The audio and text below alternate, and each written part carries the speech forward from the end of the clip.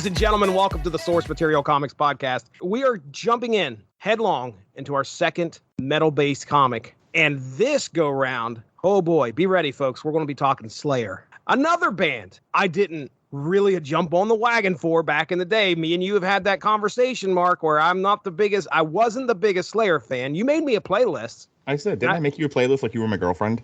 You did, and I gave you. We did a Metal Hammer of Doom where I gave you my top 5 off of that playlist. So at that point, I got a little bit more acclimated to Slayer. I learned a little bit. Slayer's one of my top 5 favorite bands of all time. I've seen them like dozens of times. I got nailed at a fucking Slayer pit. Just fucking. So like I was like jumping or something, and I got like football tackled. Ooh. And that shit happens in there. They're tackling people. Well, here's the thing. So, again, like you get hit in football, right? So like I was jumping up, like doing some sort of like weirdo hardcore dance move. And I jumped up and I got hit and went fucking horizontal and fell straight down like a stripper in a bench suspended from a ceiling in a strip club in New Orleans. I fell straight down. Man. And bounced up. Oh, dude. Yeah. I got Slayer pits were notoriously fucking brutal. That is bad. That is bad. Well, speaking of brutality. Yes, sir. We're going to be talking Repentless. Mm-hmm. Now, I have to ask, you're in the Barnes & Noble, I'm assuming? We're still in the Barnes & Nobles with the wife or the girlfriend that only reads smutty books. Tune into the previous episode. This is a continuation of said story. You're sitting there, okay? So you got Iron Maiden off the rack, and then all of a sudden you're like, oh, shit, Slayer. I assume that was your reaction. You were like, we have got to talk about Slayer. So let me tell you something about comic books and heavy metal, Jesse, that you might not know. Some heavy metal bands were meant for comic books. Like Kiss is over the top, silly, colorful. Like they look ICP. ICP had a bunch of Insane Clown Posse had a bunch of comics there for a little bit. Go ahead. Right. So like Kiss, Insane Clown Posse, Gore, who we're going to talk about, Iron Maiden, even like stuff like bands with like mascots. So like Iron Maiden with Eddie, Megadeth with Vic. Would love to see a Vic comic. Yeah. So there are bands that they are just made for the comic book format. Now, I understand like the Z2 comics, there's comic books for bands, and some of them it's just their story. Like I have one for Cypress Hill, and some of it, people are taking like interpretations of, they're just doing stuff with the music. So like kind of like drawing comics based on a particular song, that kind of a thing. What I'm saying to you is that there are bands that lend themselves to the comic book adventure format, and then there's Slayer. Okay, Slayer does not lend itself to the comic book format. If you look at a lot of their songs lyrically, you could probably pull some stuff out of there that, the higher concept is probably similar to what we had with the Legacy of the Beast, where we have this higher concept, demons angels of death. Yeah, I have an Anthrax comic from Z2. I think it's like Among the Living or something like that. And it's literally like, little like 2 or 3 page short stories for each song on the album. Yeah, that makes sense to me. Like something like that for Slayer, I could see. Or, or if you wanted to do something like a Cypress Hill, though I don't know how interesting Slayer's story would be. I mean, I think if you can get into maybe some of Slayer's confrontations with like parent groups or something like that, but I'm not even sure how much of that really plagued the band. But my point being that Slayer, in and of itself, they look like dudes. First of all, they're just dudes. They're guys. There's no costume here. Right. I mean, if anything, if you're going to throw them into like some kind of subsect of society, they look like bikers almost. Yeah, and not only that, but they also look like a lot of other bands. Like if you lined up the guys from fucking like Testament, Slayer, Overkill, Exodus, like they all fucking look the same. Yeah, right. I have no idea who's in what band. So could you imagine? Hey, pick out the guys from Slayer, and you got like 20 dudes from 5 different bands. all wearing fucking black jeans and leather jackets and long hair. Like, which one of you is Scotty in? The only one that looks different. I was gonna say he would be the one. Yeah, I carry King as bald too, but right. All right. So my point is, so we can move this along, I would pick up the book and flip through it because I would like, what would you do? What would you do with Slayer in a comic book? And apparently the answer in this particular case with Repentless was gritty crime noir. So let me go ahead and I'm going to break down the creative team for this thing. Okay. And then I'm going to give a synopsis. And then I'm going to surprise Mark Radlich. All right, Ooh, here we go. I like surprises. Yeah, get ready. All right, so yeah, Slayer's Repentless, published by Dark Horse Comics, written by John Schnepp. And then the artist, I'm just going to spell the first name because I know there's absolutely no way my Appalachian ass can pronounce this. It's Guiu Villanova is the last name. This was published. Love the fact that you've gotten to a point where you've just fucking given up. I can't. There's no fucking way. How am I supposed to do that? I was not. There was a time that you'd try, though. Oh, there was. There certainly was. I'll do the colors here. Mauricio. What do you think of that? Mauricio. Very good Wallace. One, man. Thanks. Lettered by Nate the Great Picos. Nate the Great Picos of Blambot. Slayer. Repentless. Wyatt and Adrian were two young brothers orphaned when their family was murdered. Their uncle takes them in, indoctrinating them into the cause, which I assume is an extension of the Aryan Brotherhood. However, one night, Wyatt begins to realize that the hate, prejudice, and violence he used to fill the void in his soul were poisoning him. Leaving everything behind, Wyatt finds a home in a small town called Repentless, abandoning his brother and his Aryan ways. He finds love in a beautiful African-American woman named Angel and is welcomed into her family. When Adrian becomes aware of this, he deems him a race traitor and begins a brutal, murderous mission to kill everything that Wyatt loves. After Angel is killed right before his eyes, Wyatt looks to take Angel back to Repentless and end this conflict with his brother once and for all. So that is your synopsis for these, what is it, 3 issues, I think? Three or 4 issues of Slayer's Repentless? It's 3 issues. Like, this is really short. Okay. All right. So one thing you may not have known, Mark Radlich, maybe you did. On the inside cover, this says that this is based on a video trilogy written by and directed by B.J. McDonnell and inspired by the music of Slayer. Watch the video trilogy at slayer.net in this order: Repentless, You Against You, and Pride and Prejudice. Which of those 3 are we going to do a Metal Hammer of Doom extra for right now? 1 week before the riot, or 2 months after the riot? Okay. We're going to do the riot. All right, let's do the riot. So I'm going to grab the link here. 3, 2, 1, go.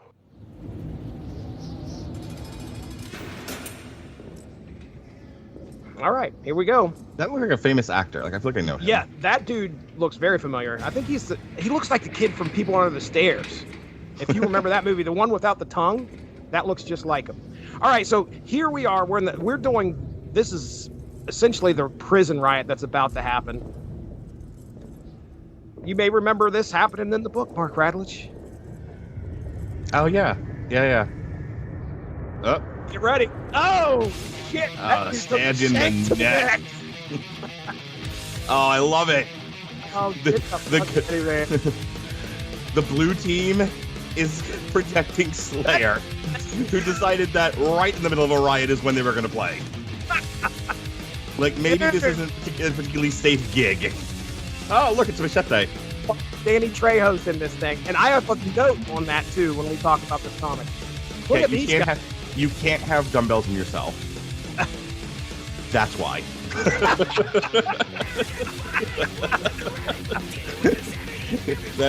That'll be a no for me, dog. I've never taken a dumbbell to the chest. I certainly would. Oh my God. Do not recommend it. There is some brutality happening here. Is that the guy with the have eye? That bald dude? It looks just like him. I could be wrong. Tom Araya looks like Father Time now. They're getting old, buddy. This is 2017. Yeah, I was going to say, the video says it's 7 years ago. Wow. Every riot should have a soundtrack. I mean... just a live band following people around. You know, in old wars, they would have, like, the drummer and shit like that. Like, you can't attack the band. That, yeah, makes sense. Boom. Yeah, fucking fuck. And you gotta remember, there's just like, Danny Trejo taking out an officer pretty efficiently. You know, one like shot with a knife will do you. Like the multiple stabbings, like it seems too intimate to me. You're really making sure the job's done. Right, but I'm just saying, like, if you're just trying to get the hell out of the prison, one stab will do you. Yeah, right. And they keep it moving, buddy. You don't want to linger. Get down. Yeah. Man. I love it. Like they're soloing. we're not even like keeping up with the fucking riot. Like we're just doing our own thing here. Oh, time for a guitar solo. Down he goes. I mean, they did not shy away from the blood and the violence in this thing at all. Fucking like, dude, they have a song called "Rain in Blood" or "Raining Blood" rather, and on a tour. Oh, there's that damn dumbbell. The dumbbell comes back into it. They had a Raining Blood, and they did a whole tour where they would just drop gallons of fucking fake blood on people. Oh, dude. Because, raining blood. Get it? Do you get it? I get it. Well, that guy got beheaded, which I'm sure that had to take a little while to do with a prison shank. Like, you're not sawing it through bone pretty easily with a shank. Oh, my gosh. Danny Trejo putting the thumbs in that dude's eye socket. Little thumb in the eye never hurt nobody. All right, so are those shock shields? That's my question. Is this a silent disco? Oh my God. Okay, time to turn yourself in. Well, that was fruitful. It just goes right in the fucking cell. First of all, no, he would not. No, he wouldn't. He would be a pancake.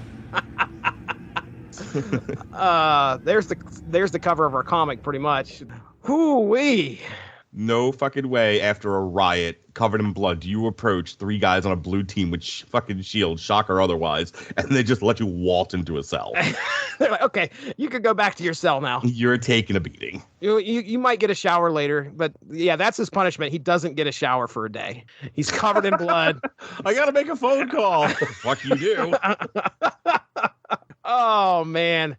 But I will tell you, the other two, oh my goodness. They again, same thing. In the book, there's a point where Wyatt's wife gets her throat slit in front of him. And that happens in the, I think it's the 2 months after it might be the 1 week before the riot video. But anyway, so yeah, they do not shy away from the violence in these videos. And it's really, there's one where I think a guy's getting his head stomped. And I mean, it just basically becomes a zombie, an analog to a zombie film because half his head is gone as they continue to just kind of stomp it in. It's gross. But there you go, Mark Radlich. You hungry for breakfast? All right, we talk about the stupid comic now. Okay, here we go. What we just saw was awesome, right? Yeah. I mean, that was great. You need to base a comic off of that. Okay. So one thing we didn't talk about with the Iron Maiden book was the use of Iron Maiden, the occasional Iron Maiden lyric, like run to the hills. Like that, I sent you a screenshot of that one. I was like a little on the nose. Yeah. But I couldn't send you any more because nothing jumped out at me. Nothing was that obvious. There was nothing. I didn't turn a page. It was just like, Eddie, do you fear of the dark? Do you fear of the dark? Do you have a constant fear that something's always near? Nothing like that. Nothing that obvious. This fucking book, however, someone didn't understand. This is the Red Rooster of fucking comic books. Just somebody who was like, they pitched them an idea and they were like, oh, okay, got it. Make a Slayer comic. So every line of dialogue has to be a Slayer lyric, forced or otherwise. It is the dumb. Well, it isn't as bad as it gets. People are being stabbed and they're just like, so many years ago, before I was social, I raised a stink. Not that kind. Not a blast that sends women into other dimensions. It wasn't no silent disco. No. I raised a stink, though, an objection, if you will, about Broadway musicals. And here is what I said.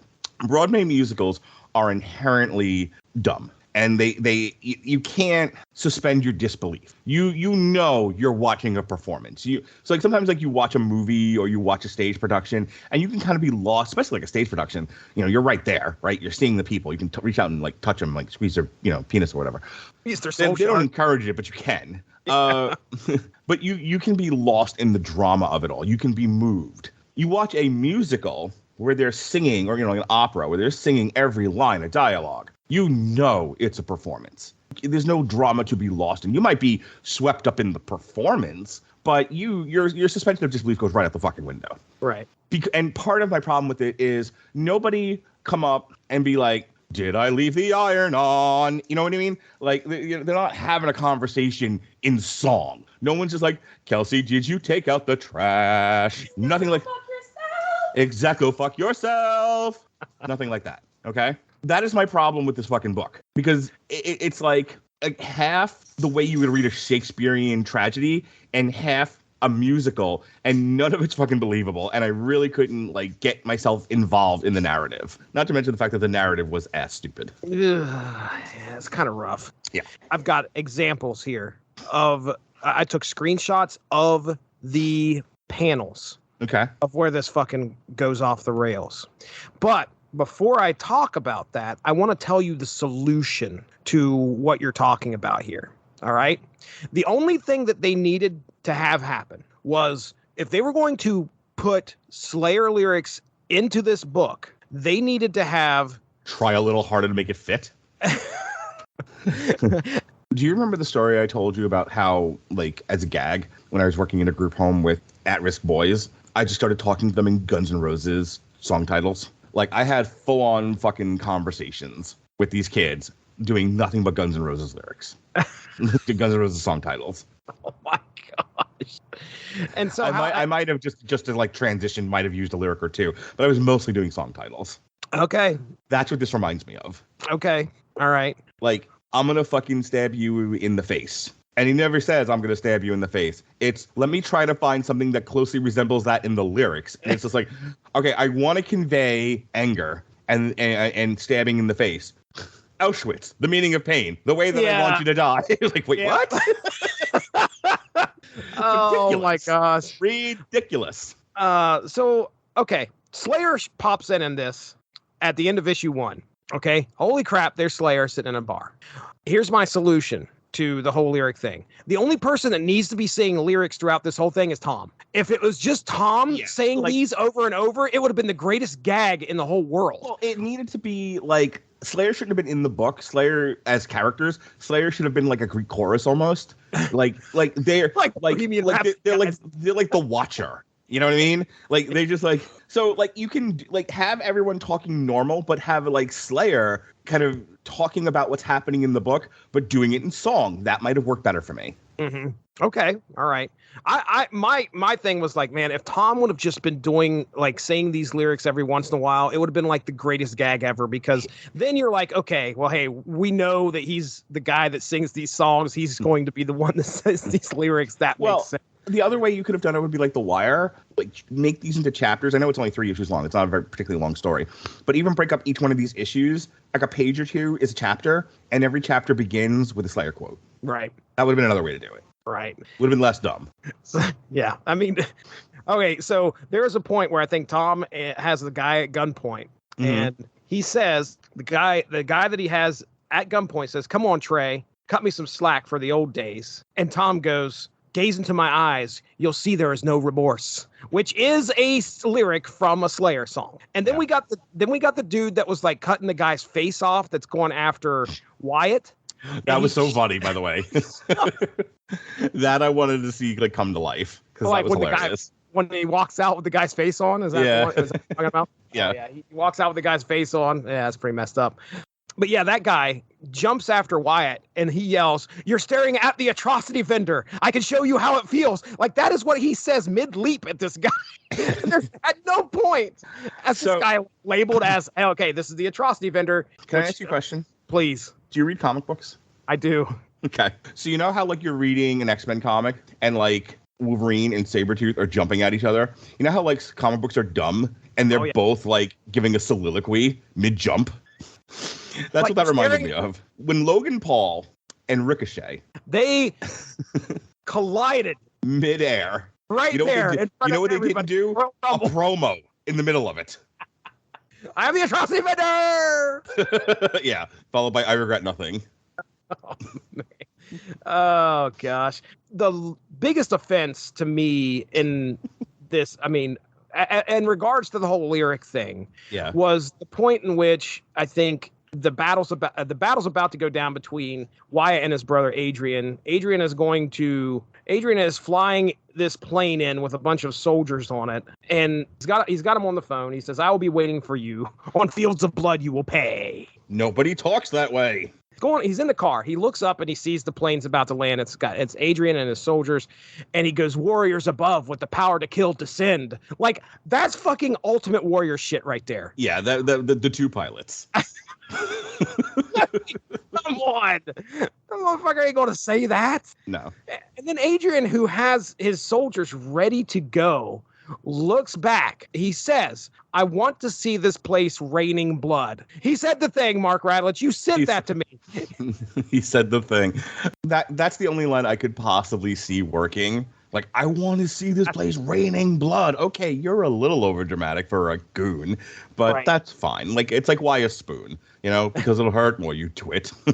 So we got to get past that. We got to get past the fact that this was like 11 pounds of monkey crap put into a 5-pound bag of Slayer lyrics into a comic. So this is also not a deep story. The plot of this thing is essentially he gets fucking ousted by the family and they try to kill him. And then he goes like on a fucking killing spree to try to get at the brother who ousted him. And then he does. Did I miss something? That's essentially what this is. I mean, his brother kills his wife. Okay. It's like a John Wick kind of a thing. So yeah, very, very much. And then his brother is upset because he left the Aryan Brotherhood. Mm-hmm. So he's now a race traitor. We've got to put him in the ground. The way that they first make him pay is by killing him. I forgot about them killing the black wife. Were you expecting like the whole Aryan angle here? Because I wasn't expecting Slayer? A bunch of SWAT. Okay, all right. Yes. The Slayer, they have two things: Nazis and Satan. That's it. Okay, that's all they talk about. Is it seriously? Yes. I'm exaggerating a little bit, but I was reading something about them talking about the writing of Angel of Death, and it was like somebody in the band, I think it might have been Kerry King, read something about Joseph Goebbels, and he wanted to write a song about it, and then everyone's just like, "You're Nazis." Like, no, we're talking about it. We are putting this into the world for conversation. Not that kind, you perverts. We are putting this out there for you to think about. That doesn't mean we support it. Like, how is it that Slayer asking the important questions about the cultural conversation? Why can't we bring something up without being associated with it? Right. Since I wasn't very familiar with the band. When I opened this comic up, I'm like, whoa, wait a second. I was not expecting all this. I wasn't expecting. Not this surprised was at all. We're not, okay. I'd have been surprised if it was like Repentless. Oh, look, rainbows and puppies. No.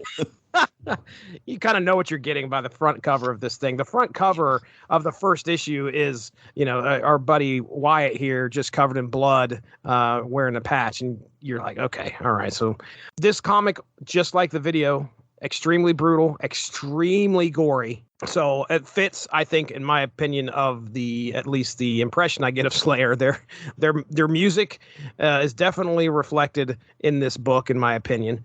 In the beginning of this book, there's a point where Angel gets killed. Wyatt and Manny, played by Danny Trejo's character, escape the prison and are heading back to Repentless. And so at one point, Wyatt looks at Manny and tells him to get the car. He says, "We need to bring her home, Manny. We need to do that.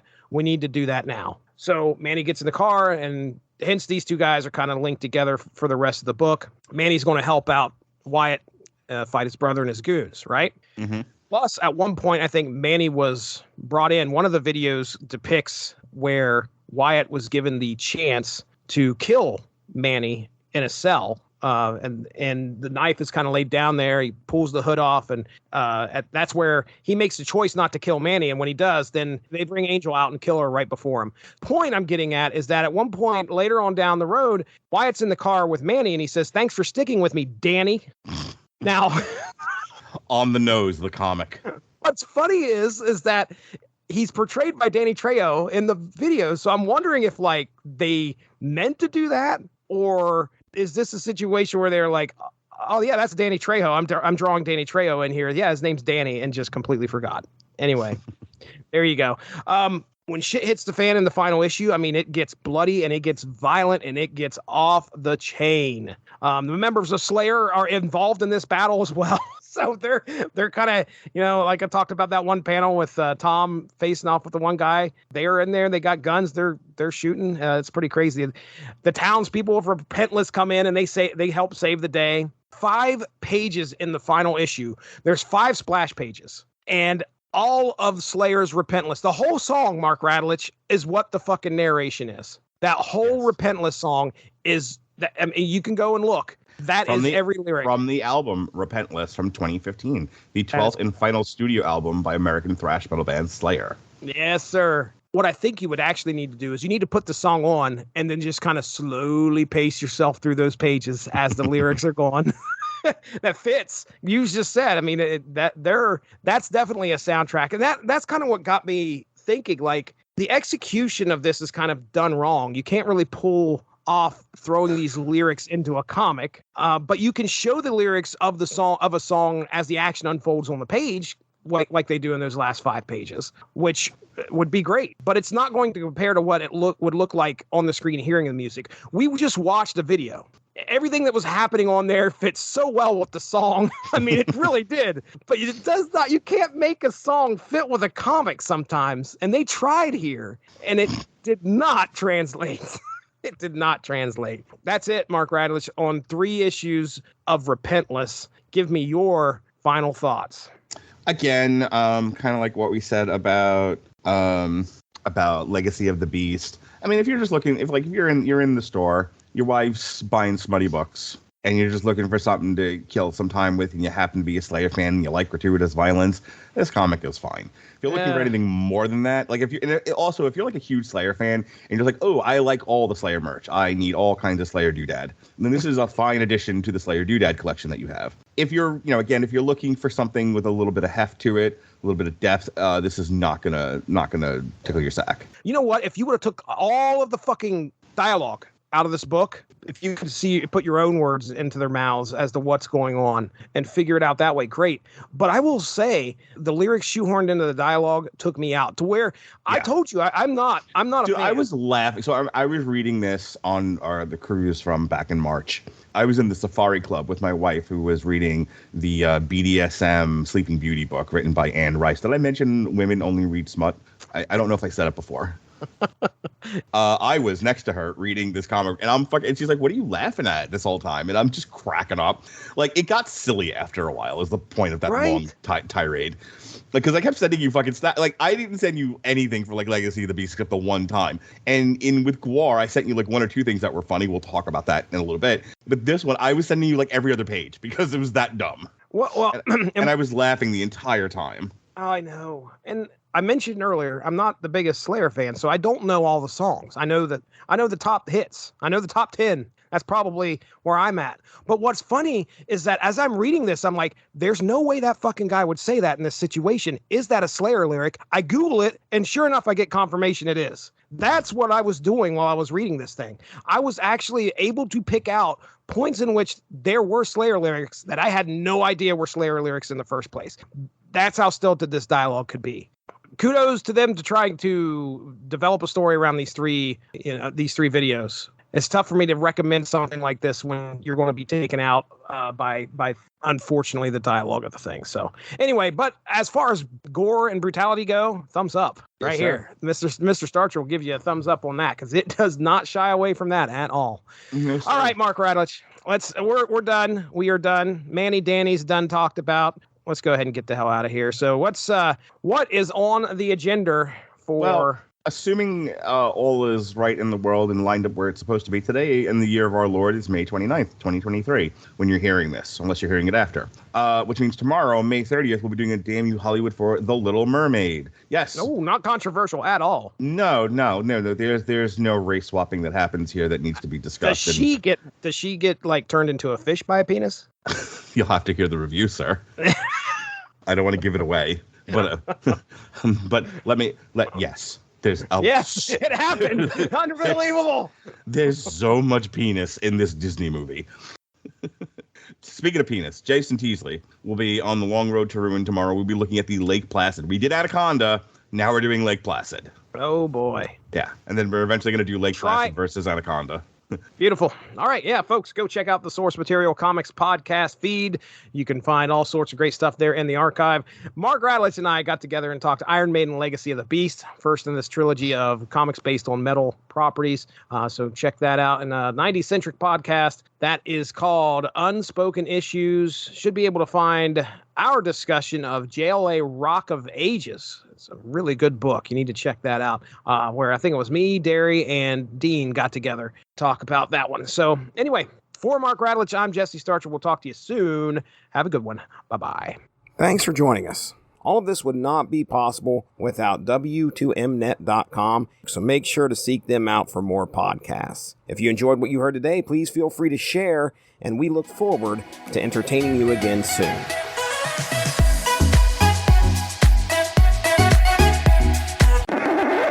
Get ready. This ain't your silent disco. All right. We are going to watchtogether.com. You remember these days? Do you remember these days? I do. When we used to have fun on this network before I was social. All right. I'm hitting play, Mark Radulich. Here. Yeah, let's do it up. We go. Oh, wait a second. What the hell? Ugh. Well, fuck it. I ain't fucking around with this thing. 3, 2, 1, go, or 3, 2, 1, 3, 2, and go. My son said some smart alecky thing, and my daughter was, speaking of people who don't talk right, she's fucking like doing Shakespearean talk these days. She's like, how dare thee? I say thee nay. Don't have children, people. Yes, learn from our lessons. Do you know how they wake Sleeping Beauty up in the Anne Rice, written under a pseudonym, BDSM Sleeping Beauty trilogy? Tell me there's a penis involved. There's absolutely a penis involved. Anybody in your family read The Smut? No. Well, I'll ask Caleb here later. We're going to talk about the fact that I'm 47 years old and my life and body are falling apart. That's what we're talking about. No, prolapse. But no, not another prolapsed anus. Listen to our previous episode that Mark and Radulich. Did you know you're two people now? All right, I sure hope you can refrain from making flaccid jokes. Lake Flaccid, folks. See what I did there? I don't want to record with you anymore.